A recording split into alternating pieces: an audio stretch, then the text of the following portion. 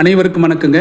நாட்டு நலப்பணி திட்டத்தினுடைய சிறப்பு முகாம் அரசு மேல்நிலைப்பள்ளி வாகராயம்பாளையம் மாணவர்கள் மூலமாகவும் நாட்டு நலப்பணி திட்ட அலுவலர் திரு வெங்கடாச்சலம் ஐயா அவர்களின் மூலமாகவும் சிறப்பாக நடைபெற்று வருகிறது. 26ஆம் தேதி முதல் இந்த முகாமானது சிறப்பாக நடைபெற்று வருகிறது. மோப்பரிபாளையம் பேரூராட்சிக்கு உட்பட்ட பகுதியில் நாட்டு நலப்பணி திட்ட சிறப்பு முகாமானது நடைபெற்று வருகிறது.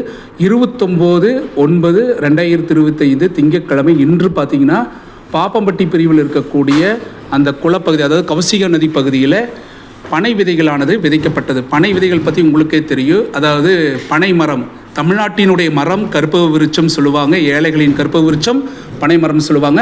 அந்த பனை மரம் விதைத்தல் நிகழ்வு இன்று நடைபெற்றது. 500க்கும் மேற்பட்ட விதைகளானது கௌசிகா நதியில் விதைக்கப்பட்டது.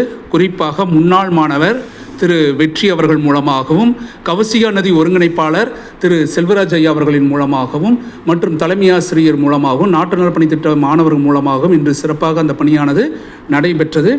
பனை விதைத்தால் வினையானது அகலும் என்று சொல்வார்கள், பனை விதைத்தால் பணமானது வரும் என்று சொல்வார்கள். அந்த வகையில் மாணவர்களுக்கு பனை விதை விதைத்தல் நிகழ்வானது இன்று நிகழ்த்தப்பட்டது.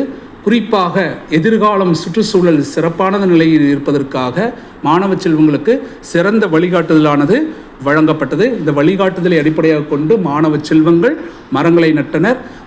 குறிப்பாக மரங்கள் நட்டதோடு பனை விதைகள் அதிக அளவு விதைத்தனர்.